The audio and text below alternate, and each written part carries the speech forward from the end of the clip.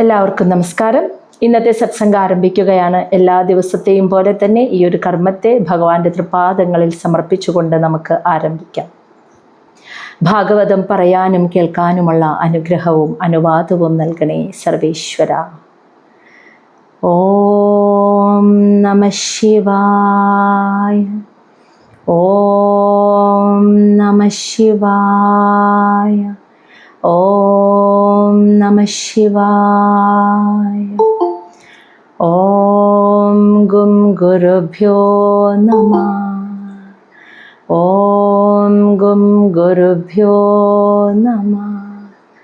ഓം ഗും ഗുരുഭ്യോ നമഃ.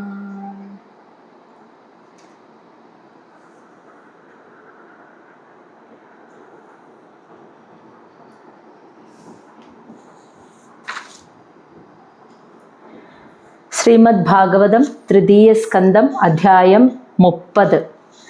ഈ അധ്യായത്തിൻ്റെ പ്രത്യേകത, കപില മഹർഷി ഭൗതികമായ വിഷയങ്ങളുണ്ടല്ലോ, ജീവിതവും ഈ ലോക ജീവിതത്തിലെ കാര്യങ്ങളുമായിട്ട് അതിലോട് ആസക്തിയോട് കൂടിയിട്ട് ഫലത്തെ ആഗ്രഹിച്ച് ഇന്നത് ചെയ്താൽ ഇന്നത് കിട്ടണമെന്ന ആഗ്രഹത്തോടു കൂടി കർമ്മം ചെയ്ത് ജീവിക്കുന്ന, ഗൃഹസ്ഥാശ്രമ ജീവിതം നയിക്കുന്ന സ്ത്രീ പുരുഷന്മാർക്ക് ജീവിതത്തിൽ ഉണ്ടാകുന്ന ദുരിതങ്ങളിൽ വരാൻ പോകുന്ന, അവരുടെ ജീവിതം ഭാവിയിൽ വരാൻ പോകുന്ന ദുരിതങ്ങളെക്കുറിച്ച് പറഞ്ഞു കൊടുക്കുകയാണ് അമ്മയ്ക്ക്.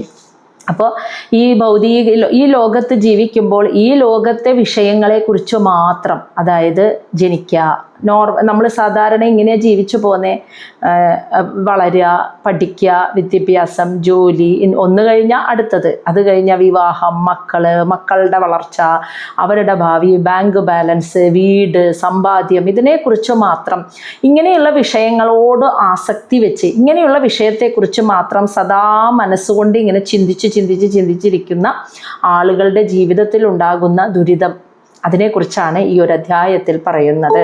കപില ഉവാച.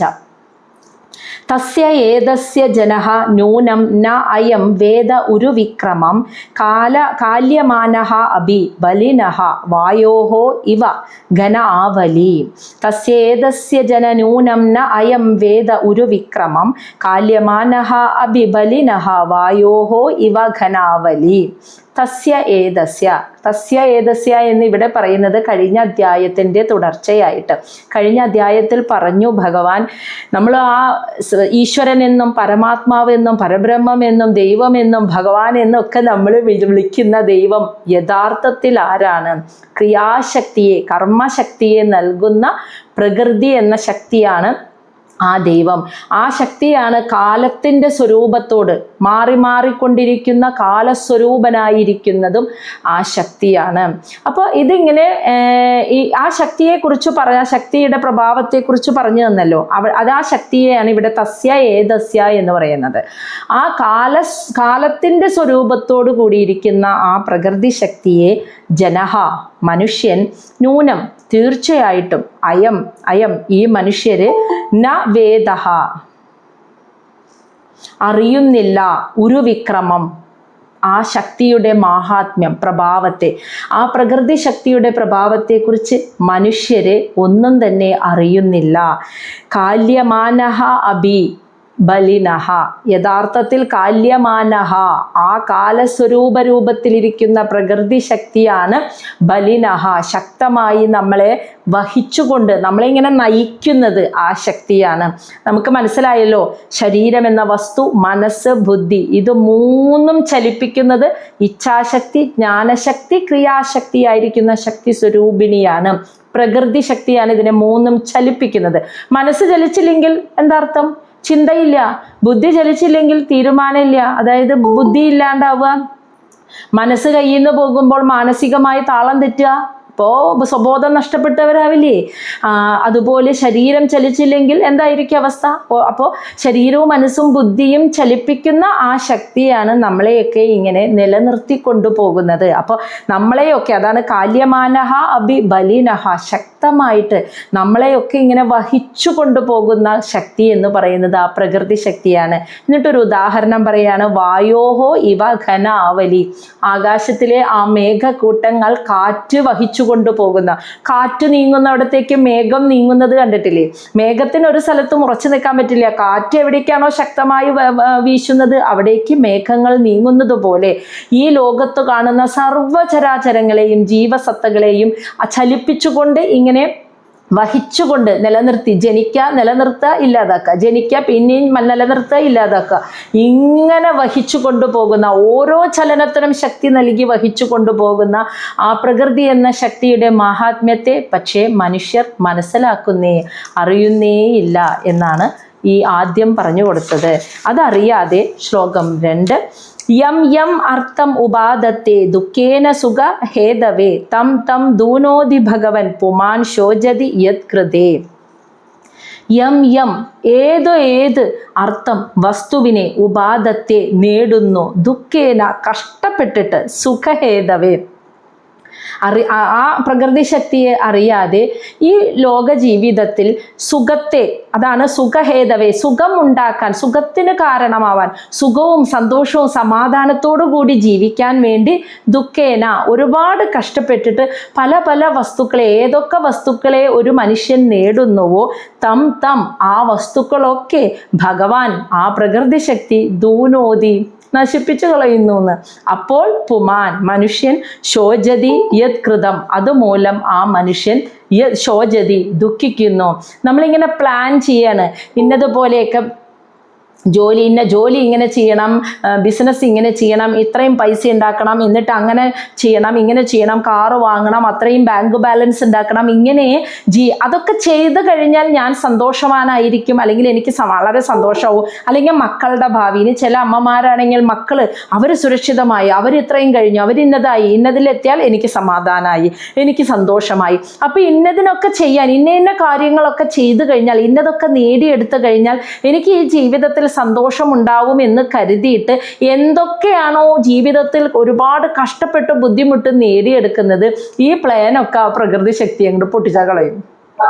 അതാണ് പറഞ്ഞത്, ആ പ്രകൃതി ഈ പ്ലാനുകളെയൊക്കെ അങ്ങോട്ട്, ഈ ഉണ്ടാക്കിയതിനെയൊക്കെ, അങ്ങനെ നേടുന്നതിനെയൊക്കെ പ്രകൃതി എന്ന ശക്തി അങ്ങ് നശിപ്പിച്ച് കളയുമ്പോൾ ആ വ്യക്തി പൂമാൻ, ആ മനുഷ്യൻ അതോടെ ദുഃഖത്തിൽ വീണു പോകുന്നു, ദുഃഖിതനാകുന്നു. കാരണം അവൻ മനസ്സിൽ ആഗ്രഹിച്ച് അവൻ കഷ്ടപ്പെട്ട് ശരീരം കൊണ്ടും മനസ്സുകൊണ്ടും ബുദ്ധി കൊണ്ടും ഇങ്ങനെ ചിന്തിച്ച് രാവിലെ ഉണരുമ്പോൾ തൊട്ട് പിന്നെ ആ ഉറക്കത്തിലേക്ക് അങ്ങോട്ട് പോകുന്നത് വരെ മനസ്സും ശരീരവും ബുദ്ധിയും ചലിക്കുന്നത് ഈ കുടുംബജീവിതം, ഈ ലോക ജീവിതത്തിൽ സന്തോഷവും സമാധാനവും ഉണ്ടാവാൻ വേണ്ട സമ്പാദ്യങ്ങൾ എന്തൊക്കെയാണോ അതിന് വേണ്ടത് അതിനെക്കുറിച്ച് മാത്രം ചിന്തിച്ച് പ്ലാൻ ചെയ്ത് പോകുന്നവരുടെ എല്ലാ പ്ലാനും ആ പ്രകൃതി ശക്തി അങ്ങോട്ട് പൊളിച്ചു കളയുന്നു, എല്ലാം അങ്ങോട്ട് പൊട്ടിക്കും. അതൊക്കെ അങ്ങോട്ട് നശിപ്പിച്ച് കളയുമ്പോൾ ആ മനുഷ്യൻ വീണ്ടും ദുഃഖത്തിലേക്ക് വന്നു വീഴുന്നു. അതെന്തുകൊണ്ടാണ് അങ്ങനെ നശിപ്പിക്കുന്നത് എന്ന് ചോദിച്ചാൽ ആ ചോദ്യത്തിൻ്റെ ഉത്തരം തൊട്ട് മുന്നത്തെ അധ്യായത്തിൽ നമ്മൾ ഇന്നലെ പറഞ്ഞു കഴിഞ്ഞു. അതായത് ആരാണോ ആ ശക്തിയെ അറിഞ്ഞ് ജീവിക്കുന്നത്, കർമ്മം ചെയ്ത് ജീവിക്കുന്നത്, അവനെ ആ ശക്തി ഉയർത്തുന്നു. ആരാണോ ആ ശക്തിയെ അറിയാതെ ഞാനാണ് എല്ലാം എന്ന ഭാവത്തോടെ ജീവിക്കുന്നത് അവനെ ആ ശക്തി വിഴുങ്ങിക്കളയുന്നു. ആ കാലശക്തി എന്ന് പറഞ്ഞാൽ തളർത്തി കളയുന്നു എന്നർത്ഥം. അപ്പൊ ശരീരത്തെ അല്ലെങ്കിൽ മനസ്സിനെ, ബുദ്ധിയെ തളർത്തിയിട്ട് അവനെ വീഴ്ത്തുന്നു, അവനെ താഴേക്കിടുന്നു. കാരണം അവൻ ഞാൻ സമ്പാദിച്ചു, ഞാൻ നേടി, എൻ്റെ കഴിവ്, ഞാൻ ഉണ്ടാക്കി, ഞാൻ കഷ്ടപ്പെട്ടു എന്നാണ് അവൻ സദാ ചിന്തിക്കുന്നത്, സദാ പറയുന്നത്. അപ്പോൾ ആ ശക്തി അതിനെ കീഴ്പ്പെടുത്തി കളയുന്നു. അവനെ വിഴുങ്ങാന്ന് വെച്ചാൽ അവൻ തളർന്നു പോകുന്നു. ആ സമയം ഞാനൊന്നല്ല, എനിക്ക് ആ ഭഗവാൻ ശക്തി നൽകിയത് കൊണ്ട് ഞാൻ ഇതൊക്കെ എനിക്ക് ചെയ്യാൻ സാധിച്ചു, ആ ഭഗവാന്റെ ശക്തിയാണ് എനിക്ക് ഇതൊക്കെയുള്ള കഴിവ് തന്നത് എന്ന് അവൻ ചിന്തിക്കാത്തത് കൊണ്ട് ആ ശക്തിയെ അറിഞ്ഞില്ലെങ്കിൽ അവനെ ആ ശക്തി തളർത്തി കളയുന്നു. അതാണ് പറഞ്ഞത്. അങ്ങനെ അറിയാതെ ജീവിതത്തിലെ കുടുംബത്തെ, ആ ശക്തിയെ അറിയണമെങ്കിൽ ആത്മീയമായ ചിന്ത വേണം, അല്ലേ? ആത്മജ്ഞാനം, ആത്മീയമായ അറിവുണ്ടാവണം, ആ അറിവ് നേടണം. അതറിയാതെ ഭൗതിക വിഷയങ്ങളിൽ മാത്രം ചിന്തിച്ച് ആലോചിച്ച് അതിനെക്കുറിച്ച് മാത്രം സദാ ചിന്തിച്ചുകൊണ്ട് ബാങ്കിൽ ബാലൻസ് ഉണ്ടാക്കാനും പൈസ ഉണ്ടാക്കാനും സമ്പാദ്യങ്ങൾ കൂട്ടാനും മാത്രം ചിന്തിച്ചു കൊണ്ടിരിക്കുമ്പോൾ ആ ശക്തി അവനെ തളർത്തി കളയുന്നു. അപ്പോൾ അവൻ എന്താ? വീണ്ടും ദുഃഖിക്കുന്നു. ശ്ലോകം 3 യദ് അദ്രുവസ്യ ദേഹസ്യ സാനുബന്ധസ്യ ദുർമതിഹി ധ്രുവാണി മന്യതേ മോഹാത് ഗൃഹക്ഷേത്ര വസൂനിച. യത് ഇനി എന്തുകൊണ്ടാണ്? അപ്പൊ അവൻ ദുഃഖിക്കുന്നു എന്ന് പറഞ്ഞില്ലേ, അത് എന്തുകൊണ്ടാണെന്ന്. യത് എന്തുകൊണ്ടെന്നാൽ അദ്രുവസ്യ അധ്രുവസ്യ താൽക്കാലികമായ ദേഹസ്യ ഈ ശരീരത്തെയും സാനുബന്ധസ്യ അതിനോട് ബന്ധപ്പെട്ട ബന്ധുമിത്രാദികള് ഉത്തരവാദിത്തങ്ങള് എന്നീ കാര്യങ്ങളെ ദുർമതി മൂഢബുദ്ധിയുള്ള ആ മനുഷ്യൻ ധ്രുവാണി മന്യതേ, ഇതൊക്കെയാണ് ജീവിതം, ഇതാണ് ഈ ലോകത്ത് കാണുന്ന ഇതൊക്കെയാണ് ശാശ്വതമായിട്ടുള്ളത് എന്ന് മന്യതേ വിചാരിക്കുന്നു. മോഹാത് അജ്ഞത മൂലം. അപ്പോൾ എന്താ? ഗൃഹം, ഭവനം, ക്ഷേത്രം, ഭൂമി, വസൂനി, സമ്പത്ത്. ഭവനം, കുടുംബം, ഭാര്യ, മക്കള്, ഭർത്താവ്, പിന്നെ സമ്പാദ്യം, ഭൂമി, ഇതൊക്കെയാണ് ജീവിതത്തിലെ ഏറ്റവും വലുത്. ഇതൊക്കെ ഞാൻ ഉണ്ടാക്കിയാൽ ഇതൊക്കെ എനിക്ക് ശാശ്വതമായിട്ട് നിൽക്കും.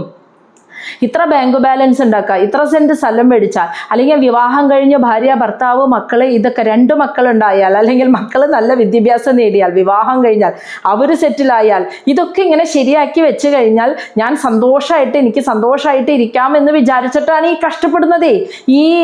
ഈ രാവും പകലും സദാ ഈ വിഷയങ്ങളെക്കുറിച്ച് ഇതിനെക്കുറിച്ച് മാത്രം ചിന്തിച്ച് ഇങ്ങനെ കഷ്ടപ്പെട്ടിട്ട് പോകുമ്പോൾ ആ പ്ലാനൊക്കെ തകർന്നു പോകുമ്പോൾ, ആ ശക്തി അതിനെയൊക്കെ നശിപ്പിച്ച് കളയുമ്പോൾ ദുഃഖിക്കുന്നതിൻ്റെ കാരണം എന്താണെന്ന് വെച്ചാൽ ഈ ശരീരത്തിൽ കാണുന്ന ശരീരം എന്നും ഉണ്ടാവും, നാളെ ഇതുണ്ടാവും, നാളെ ശ്വാസം വലിച്ചു ഉണരാൻ നമ്മൾ ഉണ്ടാവുമെന്ന് നമുക്ക് ഉറപ്പില്ല. അത് ആ പ്രകൃതിയാണ് തീരുമാനിക്കുന്നത്, ശക്തിയാണ് തീരുമാനിക്കുന്നത്. ഇത് വലിക്കാനുള്ള ശക്തി നമുക്ക് വേണ്ടേ? അപ്പൊ ശക്തി ഉണ്ടെങ്കിലേ അത് വലിക്കാൻ പറ്റുള്ളൂ. അപ്പൊ നാളെ ജീവൻ ഉണ്ടോയെന്ന് അറിയില്ല. എന്നിട്ടും ഈ ശരീരം ശാശ്വതമാണ്. അതിനോട് ബന്ധപ്പെട്ടുള്ള എൻ്റെ അച്ഛൻ, അമ്മ, ബന്ധങ്ങൾ, ഭാര്യ, ഭർത്താവ്, മക്കള്, അതുമായിട്ടുള്ള ഉത്തരവാദിത്തങ്ങൾ, ജോലി, ബിസിനസ്, സമ്പാദ്യം, ഇതൊക്കെ എന്നും ഉണ്ടാവും എന്ന് അവൻ തെറ്റിദ്ധരിക്കുകയാണ് അജ്ഞത മൂലം. ഇനി ഇത്രയും അവൻ ആഗ്രഹിച്ച പോലെ ഉണ്ടാക്കി വെച്ചാൽ അവന് സമാധാനം കിട്ടുമോ? ഇത് നഷ്ടപ്പെടാൻ ഒരു നിമിഷം ഉണ്ടായാൽ മതി. മനസ്സിലായോ? ഏതെങ്കിലും തരത്തിലൊരു പ്രളയം വന്നാൽ, നമ്മൾ എത്രയൊക്കെ നമ്മുടെ ഈ ലോകത്ത് കാണുന്ന ഒരു പ്രളയം വന്നാൽ, അല്ലെങ്കിൽ ഒരു ദുരന്തം വന്നാൽ, ഒരു സുനാമി വന്നാൽ, അല്ലെങ്കിൽ ഒരു രോഗം വന്നാൽ, എന്തെങ്കിലും ഒന്ന് സംഭവിച്ചു കഴിഞ്ഞാൽ നശിച്ചു പോവാവുന്നതേ ഉള്ളൂ ഈ ഉണ്ടാക്കി വെച്ച വീടും പണവും സമ്പാദ്യവും ഭൂമിയും എല്ലാം. ഇത് മനസ്സിലാക്കാണ്ട് ഇതൊക്കെ എനിക്ക് ശാശ്വതം, ഉണ്ടാക്കി വെച്ചാൽ പിന്നെ അതൊക്കെ ശാശ്വതം എന്നും ഉണ്ടാവും, എൻ്റെ ജീവിതം സുരക്ഷിതമാവും എന്ന് തെറ്റിദ്ധരിച്ചിട്ട് ആ തെറ്റിദ്ധാരണയിൽ ഇരിക്കുന്നത് കൊണ്ടാണ് അവന് ഈ പ്ലാനൊക്കെ, അവൻ ആഗ്രഹിച്ചതുപോലെയുള്ള കാര്യങ്ങൾ നേടിയതൊക്കെ നഷ്ടപ്പെടുമ്പോൾ, അവന് നഷ്ടം സംഭവിക്കുമ്പോൾ, അവൻ വിചാരിച്ച പോലെ കാര്യങ്ങൾ സംഭവിക്കാതിരിക്കുമ്പോൾ അവന് ദുഃഖം തോന്നുന്നതിൻ്റെ കാരണം എന്താന്ന് വെച്ചാൽ അവൻ്റെ കഴിവിൻ്റെ പരമാവധി ശ്രമിച്ചിട്ടും അവൻ ആഗ്രഹിച്ച പോലെ ഉയരങ്ങളിൽ എത്താൻ പറ്റാതാവുന്നതിൻ്റെ ദുഃഖം തോന്നുന്നതിൻ്റെ കാരണം ഇതിലൊക്കെയാണ് സന്തോഷം. ഇതൊക്കെ ഞാൻ വിചാരിച്ച പോലെ വന്നാൽ, ഞാൻ വിചാരിച്ച പോലെ ചെയ്യാൻ സാധിച്ചാൽ എനിക്ക് സന്തോഷം കിട്ടും, സമാധാനം കിട്ടും എന്നുള്ളത് ഒരു തെറ്റിദ്ധാരണയാണ്. കാരണം ഈ ഉണ്ടാക്കി വെച്ചതൊന്നും ശാശ്വതമല്ല, ഈ നേടിയതൊന്നും ശാശ്വതമല്ല. ഏത് നിമിഷം വേണമെങ്കിലും ഇത് നഷ്ടപ്പെടാം. അപ്പോൾ അത് ശാശ്വതമാണെന്ന് വിചാരിക്കുന്നത് കൊണ്ടാണ് അത്രയും കാര്യങ്ങൾ നേടാൻ പറ്റാതാവുമ്പോൾ അവന് അവിടെ പരാജയം സംഭവിക്കുമ്പോൾ അവന് ദുഃഖം തോന്നുന്നത്. അതാണ് ആ ശ്ലോകത്തിൽ പറഞ്ഞത്. ഇനി ശ്ലോകം 4. ജന്തു വൈഭവ ഏതസ്മിൻ യാം യാം യോനിം അനുവ്രജേ തസ്യാം തസ്യാം സലഭതേ നിർവൃതിം ന വിരജ്യതേ. ജന്തു, ഇപ്പൊ ഈ പറഞ്ഞ ദുഃഖം അനുഭവിക്കുന്ന മനുഷ്യരുണ്ടല്ലോ, അവരെയാണ് അജ്ഞാനത്തിന്റെ അന്ധകാരത്തിൽ ഇരിക്കുന്ന, അറിവില്ലായ്മ. ഇവിടെ കാണുന്ന ഏതെങ്കിലും പണത്തിലോ ഭൂമിയിലോ കുടുംബത്തിലോ സമ്പത്തിലോ മക്കളിലോ ഒക്കെയാണ് എൻ്റെ സന്തോഷം ഇരിക്കുന്നത് എന്ന് വിചാരിക്കുന്ന അജ്ഞതയിൽ ഇരിക്കുന്ന മനുഷ്യൻ തീർച്ചയായും ഭവ ഏതസ്മിൻ ഈ ലോകത്തിൽ യം യം യോനി ഏതു വർഗത്തിൽ അനുവ്രജേത് വന്നു പിറക്കുന്നുവോ തസ്യാം തസ്യാം അതാതു വർഗത്തിൽ സഹ അവൻ ലഭതേ നിർവൃതി സുഖത്തെ തേടി അതിനായിട്ട് പ്രയത്നിക്കുന്നു. ന വിരജ്യതേ ഒരു വിരക്തി, അതിൽ നിന്നും ഒരു വിരക്തി അവന് സംഭവിക്കുന്നില്ല. അപ്പോൾ ഈ ഭൗതിക ലോകത്തിൽ ഒന്നുകിൽ മക്കളിൽ, അല്ലെങ്കിൽ പണത്തിൽ, അല്ലെങ്കിൽ ബാങ്ക് ബാലൻസിൽ, അല്ലെങ്കിൽ വലിയ ജോലിയിൽ, അല്ലെങ്കിൽ വലിയ ബിസിനസ്സിൽ, അല്ലെങ്കിൽ ഭാര്യ, ഭർത്താവ്, കുടുംബം, അങ്ങനെയുള്ള വിഷയങ്ങളൊക്കെ ഞാൻ ആഗ്രഹിച്ച പോലെ ഭംഗിയായാൽ ഞാൻ സന്തോഷത്തോടെയും സമാധാനത്തോടെയും ഇരിക്കാം എന്ന് വിചാരിക്കുന്ന മൂഢബുദ്ധിയുള്ള മനുഷ്യൻ ഏതേതു വർഗത്തിലാണോ, ഇപ്പം മനുഷ്യനില്ല ജീവൻ ഏതേതു വർഗത്തിലാണോ ജനിക്കുന്നത്, ഇപ്പോൾ മനുഷ്യവർഗത്തിൽ മൃഗങ്ങളുടെ, ഏതെങ്കിലും ചിത്രശലഭങ്ങളുടെ, പക്ഷികളുടെ, മത്സ്യങ്ങളുടെ, അല്ലെങ്കിൽ ഈ മൃഗങ്ങളുടെ, നാൽക്കാലികളുടെ ഒക്കെ ഏതേത് വർഗത്തിലാണോ ജനിക്കുന്നത് അതാത് വർഗത്തിൽ അതാതിൻ്റെ സുഖമുണ്ടല്ലോ, ആ സുഖത്തിന് വേണ്ടി അവർ എപ്പോഴും പ്രയത്നിച്ച്, അത് മാത്രമേ അവർ ചിന്തിക്കുന്നുള്ളൂ എന്ന്. ആ സുഖത്തിന് വേണ്ടി മാത്രം ചിന്തിച്ച് അതാത് വർഗത്തിൻ്റെ സുഖം എന്താണോ, സുഖവും സന്തോഷവും എന്താണോ അതിനെക്കുറിച്ച് മാത്രം ചിന്തിച്ച് പ്രയത്നിക്കുന്നവരായിരിക്കും അവർക്ക് വേറൊരു വിഷയങ്ങളെക്കുറിച്ചോ അതിനപ്പുറം ഇതൊന്നും ഈ സന്തോഷം സുഖമൊന്നും ശാശ്വതമല്ല എന്ന ഒരു ബാലൻസ് ചെയ്യുന്നൊരു മനസ്സുണ്ടല്ലോ, അത് അവർക്ക് വരുന്നില്ല. അതാണ് പറഞ്ഞ വിരജതി. ആ ഒരു വിരക്തി ഉണ്ടല്ലോ, വിരക്തി എന്ന് പറഞ്ഞാൽ ഇഷ്ടമില്ലായിക എന്നല്ല അർത്ഥം. മനസ്സ് ആ അറ്റാച്ച്മെന്റ് ഇല്ലാത്ത ഒരു അവസ്ഥയിലേക്ക് അവർക്ക് വരുന്നില്ല. അവർ ഏത് വർഗത്തിലാണോ ജനിച്ചേ ആ വർഗത്തിൽ എല്ലാവിധ മമതയോടും കൂടി അവിടെ സുഖവും സന്തോഷവും പരമാവധി കിട്ടാൻ വേണ്ടി സദാ പ്രയത്നിക്കുന്നവരായിട്ട്, അതിനെ മാത്രം തേടി നടക്കുന്നവരായിട്ട് ജീവിക്കുന്നു. ശ്ലോകം 5. നരകസ്ഥഃ അഭിദേഹം വൈന പൂമാൻ ത്യക്തും ഇച്ഛതി നാരക്യാം നിർവൃതൗ സത്യാം ദേവമായ വിമോഹിതഃ. നരകസ്ഥഃ അഭി, നരകമായ ജീവിതമായിരിക്കും അവൻ നയിക്കുന്നുണ്ടാവുക. സമാധാനവും സന്തോഷവും അവൻ ഒരിക്കലും കിട്ടുന്നുണ്ടാവില്ല. അതാണ് നരകത്തിലാണ് ജീവിക്കുന്നതെങ്കിൽ പോലും എന്ന് പറയുന്നത്. നരകത്തിൽ ജീവിക്കാന്ന് വെച്ചാൽ നരക തുല്യമായ ഒരുപാട് കഷ്ടതയും യാതനയും ബുദ്ധിമുട്ടും മനസമാധാനം ഉണ്ടാ ഇതൊക്കെ അനുഭവിച്ചിട്ടാണ് അവൻ ജീവിക്കുന്നത് എങ്കിൽ പോലും ദേഹം വൈ, ആ സ്വന്തം ശരീരത്തെ, പുമാൻ, ആ മനുഷ്യൻ, ത്യക്തും ഇച്ഛതി, ഉപേക്ഷിക്കാൻ അവൻ ആഗ്രഹിക്കുന്നില്ല എന്ന്. ആ ശരീരത്തെ ഉപേക്ഷിക്കാൻ അവൻ ഒരിക്കലും ആഗ്രഹിക്കുന്നില്ല എന്ന് വെച്ചാൽ മരണത്തെ അവൻ ഭയക്കുന്നു. മരണം വേണ്ട, എനിക്ക് ഈ ജീവിതത്തിൽ നമ്മൾ ദുരിതവും കഷ്ടപ്പാടും ബുദ്ധിമുട്ടും അനുഭവിച്ചാണ് ജീവിക്കുന്നത് എങ്കിൽ പോലും, നരകീയ ജീവിതമാണ് നയിക്കുന്നത് എങ്കിൽ പോലും ആ ശരീരത്തെ ഉപേക്ഷിക്കാൻ അവൻ ഒരിക്കലും ആഗ്രഹിക്കുന്നില്ല. നാരക്യാം നിർവൃതൗ സത്യാം, നാരക്യാം നരകീയമായ ഈ ജീവിതം, നിർവൃതൗ എന്നെങ്കിലും ഒരിക്കൽ സന്തോഷത്തിലെത്തും എന്ന് സത്യം. ആ സന്തോഷം പിന്നെ ശാശ്വതം. ഞാൻ കഠിന പ്രയത്നം ചെയ്താൽ ഇത് എന്നെങ്കിലും ഒരിക്കൽ സന്തോഷത്തിലേക്ക് എത്തും.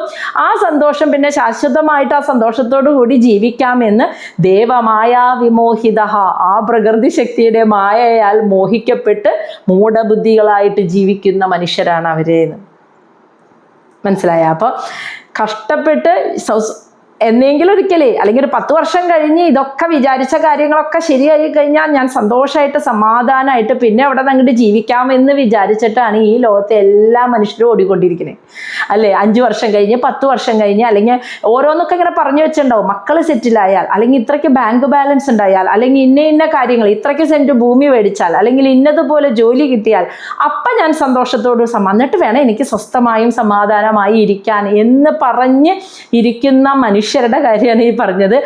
അപ്പോൾ അതുവരെയുള്ള ആ സമയത്ത്, ആ പ്രസന്റിലെ ആ സമയത്ത് അവർ വളരെയധികം കഷ്ടപ്പാടും ദുരിതവും ബുദ്ധിമുട്ടും ഒക്കെ അനുഭവിക്കാണ്. മനസ്വസ്ഥതയില്ല, സമാധാനമില്ല, എന്തൊക്കെയാണ് ഉണ്ടാവുക, എങ്ങനെയൊക്കെ ഇതൊക്കെ ചെയ്യുക എന്നൊക്കെ ആലോചിച്ച് ഇങ്ങനെ നടന്നാണ് അവർ ജീവിക്കുന്നത്. ശരീരവും മനസ്സും സദാ ഉറക്കമൊന്നും കിട്ടില്ല, ശരീരവും മനസ്സും സദാ ഇങ്ങനെ പണിയെടുത്തുകൊണ്ടിരിക്കാം. അപ്പോൾ അങ്ങനെ ഒരു നരകീയ ജീവിതമാണ് നയിക്കുന്നത് എങ്കിലും മരണത്തെ, ശരീരത്തെ ത്യജിക്കാൻ അവർ തയ്യാറാവില്ല. കാരണം എന്താന്ന് വെച്ചാൽ നരകീയ ജീവിതത്തിന്റെ അവസാനത്തിൽ ശാശ്വതമായ ഒരു സന്തോഷം വരുമെന്ന് ഈ മായയിൽപ്പെട്ട് ആ മനുഷ്യൻ അപ്പോഴും ചിന്തിച്ചുകൊണ്ടിരിക്കുകയാണെന്ന് മനസ്സിലായ. അപ്പോൾ അതിനൊരു ഉദാഹരണ കഥ ഭാഗവതത്തിൽ തന്നെ പറയുന്നത്, ദേവേന്ദ്രൻ ദേവഗുരുവായ ബൃഹസ്പതി അദ്ദേഹത്തിൻ്റെ അടുത്ത് മോശമായി പെരുമാറിയപ്പോൾ അദ്ദേഹത്തിൻ്റെ ഇന്നൊരു ശാപം കിട്ടി, ഒരു പന്നിയായി ഭൂമിയിൽ പിറക്കട്ടെ എന്ന്. അപ്പൊ ദേവേന്ദ്രൻ ആരാന്നറിയാലോ, സ്വർഗത്തിന്റെ അധിപതിയാണ്. ആ ശാപത്താൽ അദ്ദേഹം പന്നിയായിട്ട് ഭൂമിയിൽ വന്ന് പിറന്നു. അങ്ങനെ കുറച്ച് ദിവസങ്ങൾ ഭൂമിയിൽ ഇങ്ങനെ ഒരു പന്നിയായി നടക്കുമ്പോൾ ബ്രഹ്മാവിന് വിഷമം തോന്നിയിട്ട് ബ്രഹ്മദേവൻ വന്നിട്ട് പറഞ്ഞു, നീ ഇങ്ങനെ യഥാർത്ഥത്തിൽ ഒരു പന്നിയല്ല, നീ ദേവേന്ദ്രനാണ്, അതായത് സ്വർഗത്തിൻ്റെ അധിപതിയാണ് നീ. നിനക്കൊരു വലിയ സ്വർഗീയ രാജധാനി അവിടെയുണ്ട്, നിന്റെ രാജധാനി, നിന്റെ മഹത്വം എന്താണെന്ന് നീ മനസ്സിലാക്കണം. നീ ഇന്ദ്രനാണ്, ദേവലോകത്തിൻ്റെ അധിപതിയാണ്. അതുകൊണ്ട് എത്രയും പെട്ടെന്ന് നീ അത് തിരിച്ചറിഞ്ഞ് ആ അവസ്ഥയിലേക്ക് തിരിച്ചു വരൂ എന്ന് പറഞ്ഞപ്പോൾ ഇപ്പം എങ്ങനെയാണ് നയിക്കുന്നത്? ജീവിതം പന്നിയായിട്ടാണ് ഇരിക്കുന്നത്.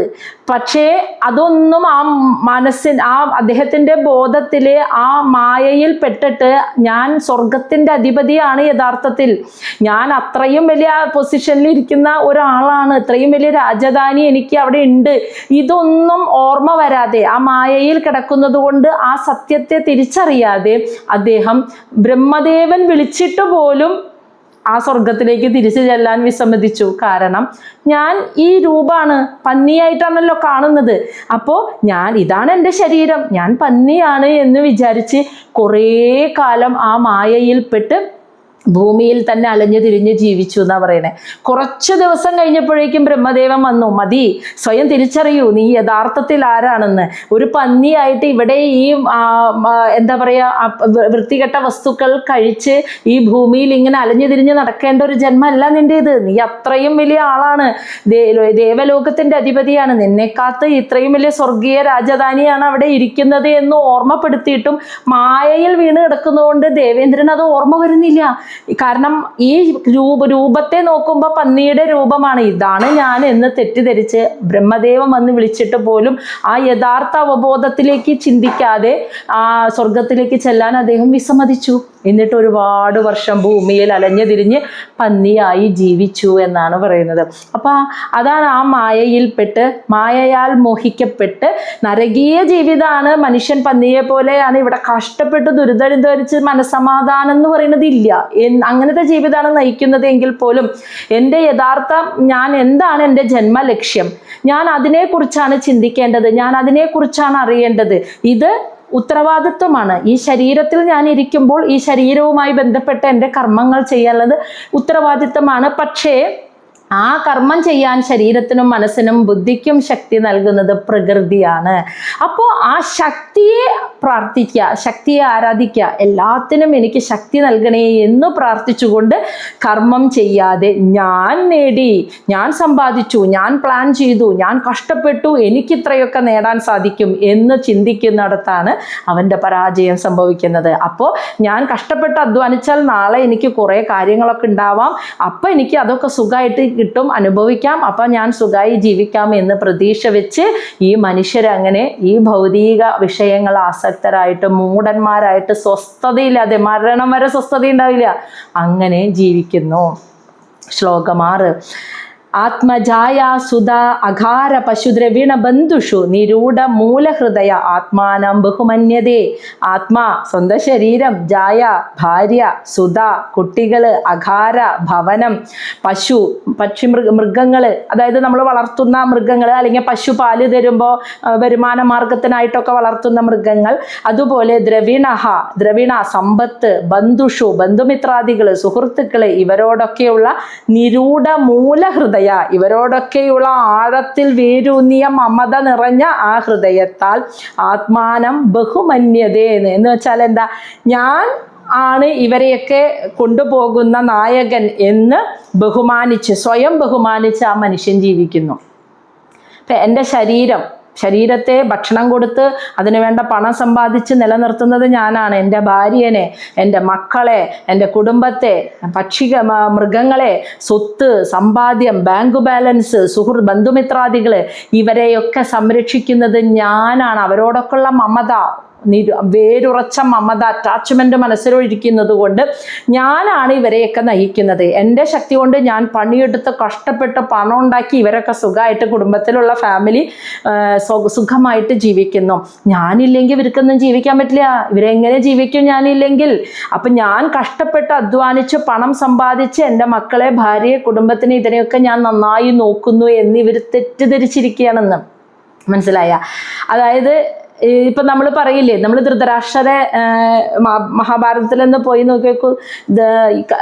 യുദ്ധം കഴിഞ്ഞതിന് ശേഷം ധൃതരാഷ്ട്രരും ഗാന്ധാരിയും കൊട്ടാരത്തിലാണ് കഴിഞ്ഞിരുന്നത് അല്ലേ. ആ സമയത്ത് യുധിഷ്ഠിരനാണ് അവരെ നോക്കിയിരുന്നത്. ഈ സമയത്താണ് വിതുരർ കയറി വന്നിട്ട് ജ്യേഷ്ഠൻ്റെ അടുത്ത് വന്ന് പറയുന്നത്, ഒരു കാലത്ത് അങ്ങ് ഇവരെ വധിക്കാൻ നോക്കിയിട്ടുള്ളതാ, കൂട്ടുനിന്നിട്ടുള്ളതാ, എന്നിട്ട് ഇപ്പോഴും അവർ തരുന്ന ഭക്ഷണവും കഴിച്ച് അവരെ ആശ്രയിച്ച് അങ്ങ് ഇവിടെ കഴിയാണ്.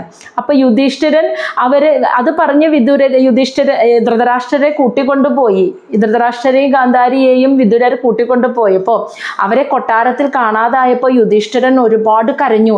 വല്യച്ഛനും വല്യമ്മയ്ക്ക് എന്തു പറ്റി, എന്ത് സംഭവിച്ചു, അവരെ ഞാനില്ല, കണ്ണ് കാണില്ല, വയസ്സായി, അവരെ എങ്ങനെ ഇവിടെ പോയി ജീവിക്കും, ഭക്ഷണം കഴിക്കണ്ടേ, ഈ കാട്ടിലും മേട്ടിലൊക്കെ അലഞ്ഞാൽ ഇവരെങ്ങനെ ജീവിക്കും, അവർക്ക് ആപത്ത് സംഭവിക്കില്ലേ, എൻ്റെ കയ്യിലാണ് അവരുടെ സുരക്ഷിതത്വം, ഞാൻ കൂടെ ഇല്ലെങ്കിൽ അവരെങ്ങനെ സുരക്ഷിതമായിരിക്കും എന്ന് യുധിഷ്ഠിരൻ തെറ്റിദ്ധരിച്ചിരുന്നു. അപ്പോഴാണ് നാരദ മഹർഷി വന്നിട്ട് പറഞ്ഞത്, ആരുടെ കയ്യിലാണ് നിന്റെ സുരക്ഷിതത്വം?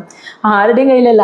എല്ലാവരും ജനിക്കുന്നതും ജീവിക്കുന്നതും മരിക്കുന്നതും പ്രകൃതി നിശ്ചയമാണ്, അല്ലെ? ഇന്ന സ്ഥലത്ത് ഇന്നതുപോലെ ജനിക്കണം, ഇന്ന പോലെ ജീവിക്കണം, ഇന്ന സ്ഥലത്ത് മരിക്കണം.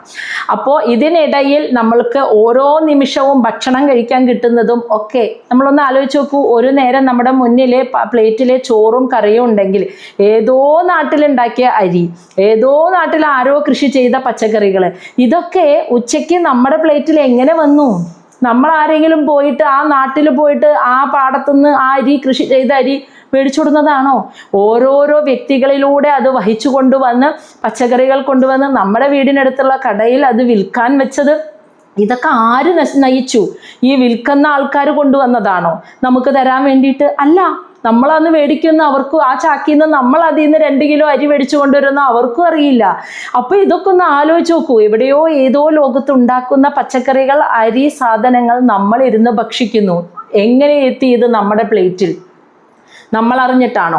ഇതിനിടയിൽ പ്രവർത്തിച്ച ആളുകൾ അറിഞ്ഞിട്ടാണോ? ഉണ്ടാക്കുന്നവൻ അറിഞ്ഞിട്ടാണോ? ആരും അറിഞ്ഞിട്ടല്ല. അപ്പൊ ഒന്ന് ആലോചിച്ച് നോക്കൂ. ഇതിനെയൊക്കെ വഹിച്ചു കൊണ്ടുപോകുന്ന, നയിച്ചു കൊണ്ടുപോകുന്ന ഒരു ശക്തിയില്ലേ? അപ്പോൾ ഇനി പ്ലേറ്റിൽ ഈ വിഭവസമൃദ്ധമായ ഭക്ഷണം ഉണ്ടെങ്കിൽ പോലും കഴിക്കാൻ യോഗം ഉണ്ടെങ്കിലേ കഴിക്കാൻ പറ്റുള്ളൂ, ഇല്ലെങ്കിൽ കഴിക്കാൻ പറ്റില്ല. അപ്പോൾ കയ്യിൽ ഒന്നും ഇല്ലാത്തവൻ ചിലപ്പോൾ ഏത് കാട്ടിലും മേട്ടിലാണെങ്കിലും നമുക്ക് അന്ന് ഭക്ഷണം കഴിക്കാൻ പ്രകൃതി നിശ്ചയിച്ചിട്ടുണ്ടെങ്കിൽ മാത്രമേ നമുക്കത് കിട്ടുള്ളൂ. ഇല്ലെങ്കിൽ സദ്യയുടെ മുന്നിൽ ഇരുന്നാൽ പോലും കഴിക്കാൻ യോഗമില്ലാതെ എണീറ്റ് പോണ്ടി വരും. അതാണ് ഈശ്വര നിശ്ചയം എന്ന് പറയുന്നത്, പ്രകൃതി നിശ്ചയം എന്ന് പറയുന്നത്. അപ്പോൾ ആരുടെയും സുരക്ഷിതത്വം നമ്മുടെ കയ്യിലല്ലാന്ന്. അതാണ് പറഞ്ഞത്. ഇവർ സ്വയം വിചാരിക്കുകയാണ്, എൻ്റെ ഭാര്യ, എൻ്റെ മക്കള്, എൻ്റെ കുടുംബം, എൻ്റെ ബന്ധുമിത്രാദികള്, സമ്പത്ത്, ഇതൊക്കെ ഞാൻ ഉണ്ടാക്കി, ഞാൻ സമ്പാദിച്ചു, ഞാനാണ് ഗ്രഹനാഥൻ, എൻ്റെ കയ്യിലാണ് ഇതിൻ്റെ എല്ലാത്തിൻ്റെയും ഉത്തരവാദിത്വം എന്ന് ഇവൻ ആത്മാനം ബഹുമന്യതയെ, സ്വയം ബഹുമാനിച്ച്, ഞാനില്ലെങ്കിൽ ഇവർക്കൊന്നും ജീവിക്കാൻ പറ്റില്ല, ഇവർക്കൊന്നും സുരക്ഷിതത്വമില്ല, ഇവരെങ്ങനെ ഭക്ഷണം കഴിക്കും, എങ്ങനെ ജീവിക്കും എന്ന് ആലോചിച്ച് ഇവൻ സ്വയം ബഹുമാനിച്ച് നടക്കുകയാണെന്ന് ഇവൻ അറിയുന്നില്ല. ഇവന്റെ ശരീരത്തെ പോലും ഭക്ഷണം കഴിക്കാൻ നിലനിർത്തി കൊണ്ടുപോകുന്ന ആ ശക്തി പ്രകൃതിയാണ്. പ്രകൃതി നിശ്ചയത്താലാണ് 3 നേരം ഇവന്റെ മുന്നിൽ അന്ന ഇരിക്കുന്നത്. അല്ലെങ്കിൽ അത് എങ്ങനെ എത്തും? ഇവൻ പ്ലാൻ ചെയ്തിട്ടാണോ ആ ചോറ് ഇവന്റെ മുന്നിൽ എത്തിയത്, ആ കറി ഇവന്റെ മുന്നിൽ എത്തിയത്? അത് ചിന്തിക്കാതെ, അതിനെക്കുറിച്ച് മനസ്സിലാക്കാതെ ഞാനാണ് എല്ലാത്തിനെയും നിലനിർത്തുന്നത്. പല അമ്മമാരും അങ്ങനെ വിചാരിക്കാറുണ്ടല്ലേ. 2 ദിവസം വീട്ടിൽ നിന്ന് മാറി നിന്ന മക്കൾ എന്തു ചെയ്യും? അവർക്ക് ഒന്നും അറിയില്ല.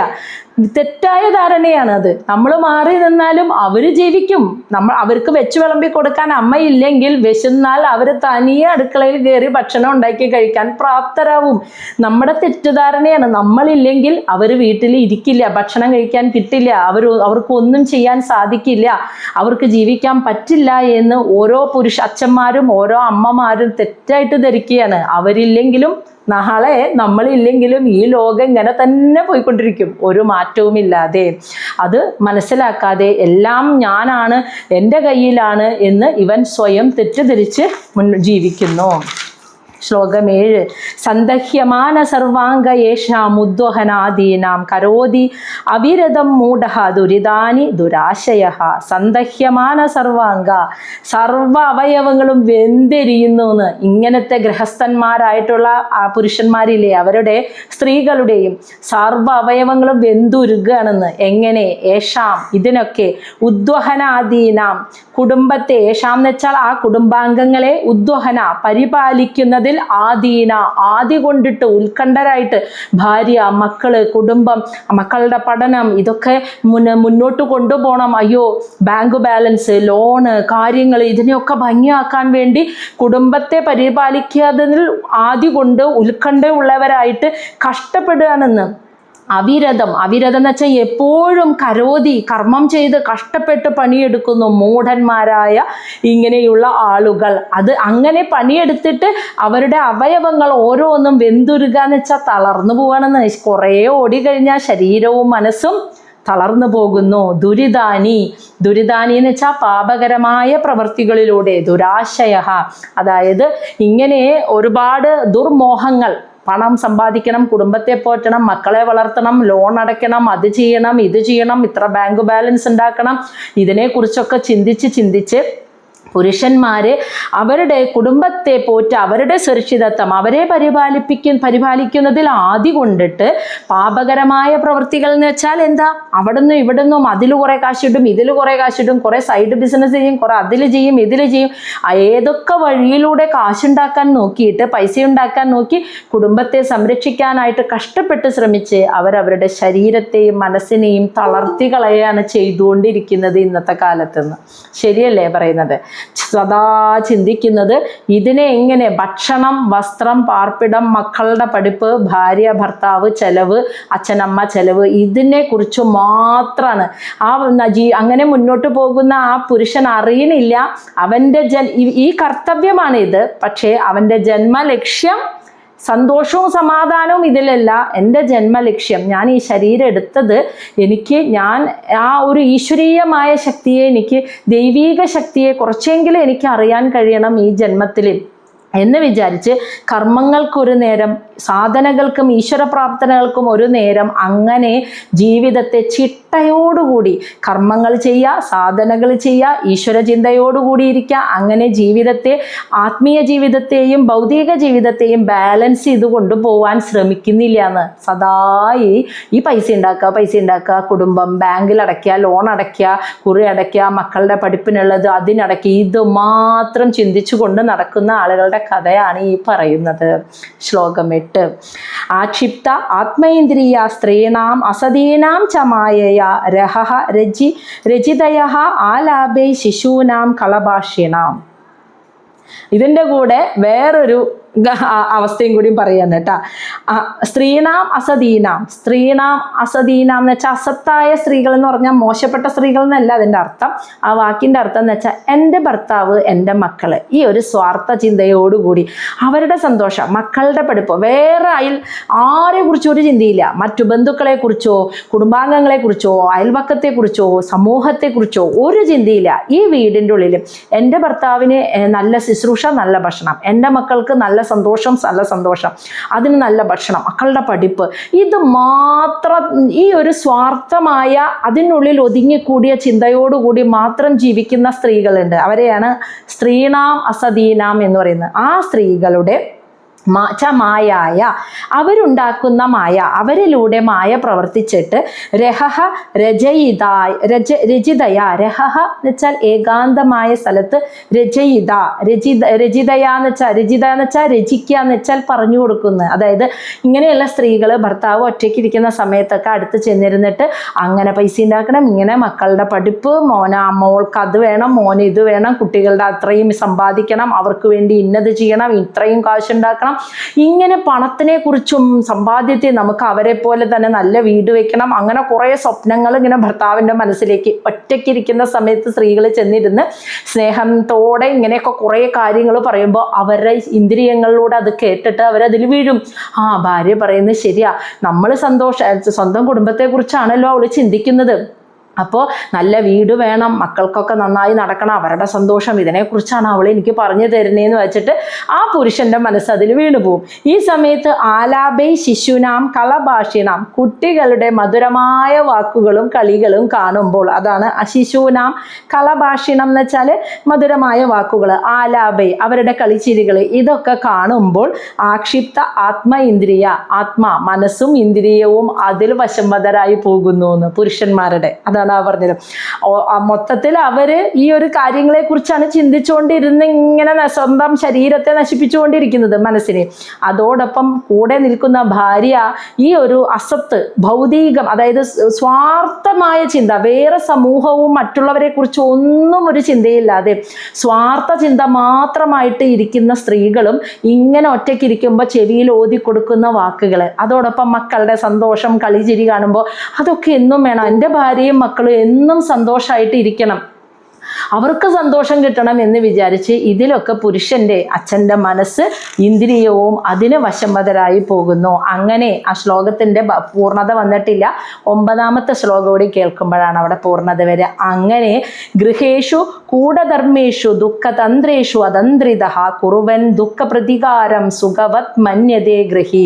അങ്ങനെ ഗൃഹേഷു കുടുംബജീവിതത്തിൽ, കൂടധർമ്മേഷു സ്വാർത്ഥമായ പ്രവൃത്തികളിലൂടെ, ദുഃഖതന്ത്രേഷു ദുഃഖത്തിന് കാരണമാകുന്ന കർമ്മങ്ങളിൽ, അതന്ത്രിത ശ്രദ്ധാലുവായിട്ട് ആ പുരുഷന്മാര് കുടുംബജീവിതത്തിൽ സ്വാർത്ഥ ചിന്ത, പണം ഉണ്ടാക്കണം, എൻ്റെ ഫാമിലിക്ക് സന്തോഷമായിട്ടിരിക്കണം, എൻ്റെ മക്കൾ സന്തോഷമായിട്ടിരിക്കണം, എൻ്റെ ഭാര്യയുടെ ആഗ്രഹങ്ങൾ സാധിച്ചു കൊടുക്കണമെന്ന് വിചാരിച്ച് അങ്ങനെയുള്ള കർമ്മങ്ങളിൽ, അത് ദുഃഖത്തെ മാത്രമേ കൊടുക്കുള്ളൂ, അതാണ് ദുഃഖത്തെ ഉണ്ടാക്കുന്ന അങ്ങനെയുള്ള കാര്യങ്ങളിൽ ശ്രദ്ധിച്ചിട്ട് കുറുവൻ ദുഃഖപ്രതീകാരം, കുടുംബത്തിൻ്റെ ദുഃഖത്തിന് പ്രതിവിധി, പരിഹാരം കാണാനായിട്ട് കുറുവൻ സദാ പൈസ, പണം പണം പണം സമ്പാദിക്കാനായിട്ട് ഇങ്ങനെ ഓടി നടന്ന് കുറുവൻ കർമ്മം ചെയ്യുന്നു.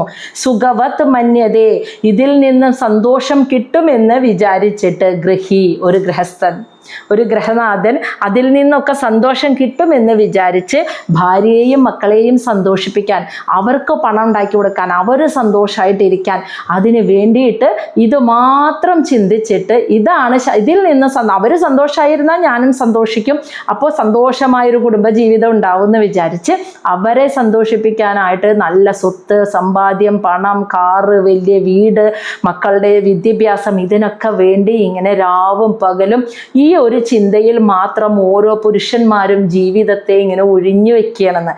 അവരൊരിക്കലും കുടുംബജീവിതത്തെയും ആത്മീയ ജീവിതത്തെയും ബാലൻസ് ചെയ്ത് പോകാനായിട്ട് ശ്രമിക്കുന്നില്ല എന്നാണ്. നമ്മുടെ ഈ സത്സംഗം തന്നെ ഒന്ന് കേട്ടു വെക്കൂ, അധികം സ്ത്രീകളാണ്, പുരുഷന്മാർ വളരെ കുറവേ ഉള്ളൂ. എന്തുകൊണ്ടാന്ന് വെച്ചാൽ അവർ സദാ ജോലി ജോലി ജോലി ജോലി കാര്യങ്ങളെക്കുറിച്ച് ഇങ്ങനെ അധികം പേരും ചിന്തിച്ചു കൊണ്ടേയിരിക്കുകയാണ്. അപ്പോൾ കാരണം എന്താണെന്ന് വെച്ചാൽ ഞാൻ സമ്പാദിച്ചു കൊടുന്നില്ലെങ്കിൽ എൻ്റെ കുടുംബം പട്ടിണിയാവും, ഞാൻ സമ്പാദിച്ചു കൊടുന്നില്ലെങ്കിൽ എൻ്റെ ഭാര്യയും മക്കളും സന്തോഷം അനുഭവിക്കില്ല, എൻ്റെ കയ്യിലാണ് അവരുടെ സന്തോഷവും അവരുടെ സുഖവും, ഞാനില്ലെങ്കിൽ അവർക്ക് ജീവിക്കാൻ കഴിയില്ല എന്നൊരു ധാരണയിലാണ് അവരിയ്ക്കുന്നത്. ഇനി ശ്ലോകം 10. ശ്ലോകം 10. അർത്ഥേ ആബാധിതേ ഗുർവ്യാം ഹിംസയാ ഇതഹ തതഹ ച താൻ പുഷ്ണാദി യേഷാം പോഷേണ ശേഷ ഭുക്യാദി അധഹ സ്വയം. പണത്തെ ആബാധിതേ സമ്പാദിക്കുന്നതിന്, ഗുർവ്യാം വലിയ വലിയ രീതിയിൽ, ഹിംസ തെറ്റായ പ്രവൃത്തികളെ, ഇതഹ തതഹ അവിടുന്നും ഇവിടുന്നും ഒക്കെ ആയിട്ട്, താൻ എന്നുവെച്ചാൽ കുടുംബത്തിനെ സന്തോഷിപ്പിക്കാൻ, പണത്തെ സമ്പാദിക്കാൻ വേണ്ടി പുരുഷന്മാർ വലിയ രീതിയിലുള്ള ഹിംസാത്മകമായ പ്രവൃത്തികൾ ചെയ്തിട്ട് അവിടുന്നും ഇവിടുന്നും പണം സമ്പാദിക്കുന്നു. ഹിംസാത്മകം എന്ന് വെച്ചാൽ ഒരാളെ കൊന്ന് സമ്പാദിക്കുക എന്നുള്ള അർത്ഥത്തിൽ എടുക്കരുത്. പലിശയ്ക്ക് കൊടുത്തും, അല്ലെങ്കിൽ ആരെങ്കിലും കമ്പനിയിലൊക്കെ വർക്ക് ചെയ്യുന്ന കമ്പനിയിൽ ആരും അറിയാതെ സൈഡിൽ കൂടെ കുറച്ച് പൈസ ഉണ്ടാക്കിയിട്ടും, അല്ലെങ്കിൽ ഒരാളെ അറിയാതെ കുറച്ച് മോഷണം നടത്തിയിട്ടും, അല്ലെങ്കിൽ എന്തെങ്കിലും സൈഡിൽ കൂടെയൊക്കെ മറിച്ചു കൊടുത്തും ഒക്കെ കുറേ അവിടെ നിന്നും ഇവിടെ നിന്നൊക്കെ നേരിട്ട് കിട്ടുന്ന ശമ്പളം കൂടാതെ പല പല മാർഗത്തിലൂടെയൊക്കെ പണം ഉണ്ടാക്കാൻ ശ്രമിക്കും പുരുഷന്മാർ കുടുംബത്തെ സന്തോഷിപ്പിക്കാൻ വേണ്ടിയിട്ട്. എന്നിട്ട് എന്താ സംഭവിക്കുന്നത്? പുഷ്ണാദി, കുടുംബത്തെ പോറ്റാനായിട്ട്, യേശാം പോഷേണ, പക്ഷെ അവരറിയണില്ല ഇങ്ങനെ അവർ ചെയ്യുമ്പോൾ, ഇങ്ങനെയുള്ള ഹിംസാത്മകമായ മാർഗത്തിലൂടെ ധാർമ്മികമല്ലാത്ത രീതിയിൽ അവരിങ്ങനെ കർമ്മം ചെയ്ത് പണം സമ്പാദിക്കുന്നതിൻ്റെ ശേഷ, അതിൻ്റെ അവശിഷ്ടമായി കിട്ടുന്ന ഭുക്യാദി കർമ്മഫലത്തെ അധഹ സ്വയം, അവ സ്വയം അനുഭവിക്കേണ്ടി വരുമെന്ന് അവ മനസ്സിലാക്കണില്ല. ഇത് പറയുമ്പോൾ അപ്പോൾ ഓർമ്മ വരും രത്നാകരനെ, അല്ലേ? രത്നാകരൻ കുടുംബത്തെ പോറ്റാൻ വേണ്ടിയിട്ടാണ് സന്യാസിമാരെ വധിച്ചുകൊണ്ടിരുന്നത്. അവരുടെ സഞ്ചിയിലെ ധനവും ധാന്യങ്ങളും മോഷ്ടിച്ച് കുടുംബത്തെ, ഭാര്യയെയും മക്കളെയും സന്തോഷിപ്പിക്കാൻ വേണ്ടി കൊണ്ടുകൊടുക്കുകയായിരുന്നു. അവിടെ അവസാനം ഒരു സന്യാസി പറഞ്ഞപ്പോഴാണ് നേരെ ചെന്ന് ചോദിക്കുന്നത് ഭാര്യയോട്. അപ്പൊ ഭാര്യ പറഞ്ഞു, താൻ നിരന്തരം ചെയ്യുന്ന കർമ്മങ്ങൾ താൻ അനുഭവിച്ചിടുകന്നേ വരൂ. അപ്പോഴാണ് ഓർത്തത്, അവരെ സന്തോഷിപ്പിക്കാൻ വേണ്ടിയാണ് ഞാൻ ഇതൊക്കെ ചെയ്തത്. പക്ഷേ ഇതിൻ്റെ കർമ്മഫലം അനുഭവിക്കാൻ അവരെൻ്റെ കൂടെ ഉണ്ടാവില്ല എന്ന് ആലോചിച്ച ആ നിമിഷമാണ് അദ്ദേഹത്തിന് തിരിച്ചറിവ് വന്നത്. അപ്പോൾ ഓരോ പുരുഷന്മാരും സ്വന്തം കുടുംബത്തെ സന്തോഷിപ്പിക്കാൻ വേണ്ടി അധാർമികമായ കർമ്മങ്ങളിൽ എന്ന് പറഞ്ഞാൽ നമ്മളിപ്പോൾ ഒരു കമ്പനിയിൽ ജോലി ചെയ്ത് ശമ്പളം കിട്ടി ജീവിക്കുന്നത് കൂടാതെ ഓരോരോ സൈഡ് മാർഗത്തിലൂടെയും വേറൊരാൾ അറിയാതെ എന്തെങ്കിലും മറിച്ചു കൊടുത്തും തിരിച്ചു കൊടുത്തും അങ്ങനെ ചെയ്തും ഇങ്ങനെ ചെയ്തും മറ്റുള്ളവരെ പറ്റിച്ചും ഒക്കെ പൈസ ഉണ്ടാക്കുന്നത് ഇന്ന് ഈ സമൂഹത്തിൽ ഒരുപാട് കാണാൻ പറ്റും അല്ലേ. ഒരുപാട് കൂടുതൽ പലിശ പിരിച്ചും ആളുകളുടെ കയ്യിൽ നിന്ന് പലിശ പിരിച്ചൊക്കെ പണം ഉണ്ടാക്കുന്ന ആളുകളെ നമ്മൾ കാണാം. അപ്പോൾ അങ്ങനെയൊക്കെ പൈസ അധാർമികമായ രീതിയിൽ ഉണ്ടാക്കി കഴിഞ്ഞാൽ തീർച്ചയായിട്ടും ചെയ്യുന്ന പ്രവൃത്തിക്ക് കർമ്മഫലം ഉണ്ടാവുമല്ലോ. അപ്പോൾ ആ ഫലത്തെ അനുഭവിക്കേണ്ടത് കുടുംബത്തിന് വേണ്ടിയാണ് ഇത് ചെയ്യുന്നത്, കുടുംബത്തെ പോറ്റാൻ. പക്ഷേ ആ ചെയ്യുന്ന കർമ്മത്തിൻ്റെ അവശിഷ്ടമായി കിട്ടുന്ന കർമ്മഫലത്തെ സ്വയം അനുഭവിക്കേണ്ടത് തന്നെത്താൻ മാത്രമായിരിക്കുമെന്ന് ഈ പുരുഷൻ അറിയുന്നില്ല. അതാണ് ആ ശ്ലോകത്തിൽ പറയുന്നത്. അവൻ ചെയ്യുന്ന കർമ്മം അവർക്ക് വേണ്ടിയാണെങ്കിൽ പോലും അതിൻ്റെ ഫലം അവൻ സ്വയം അനുഭവിക്കേണ്ടി വരുന്നു എന്ന്. മതിയില്ലേ ഇന്ന്?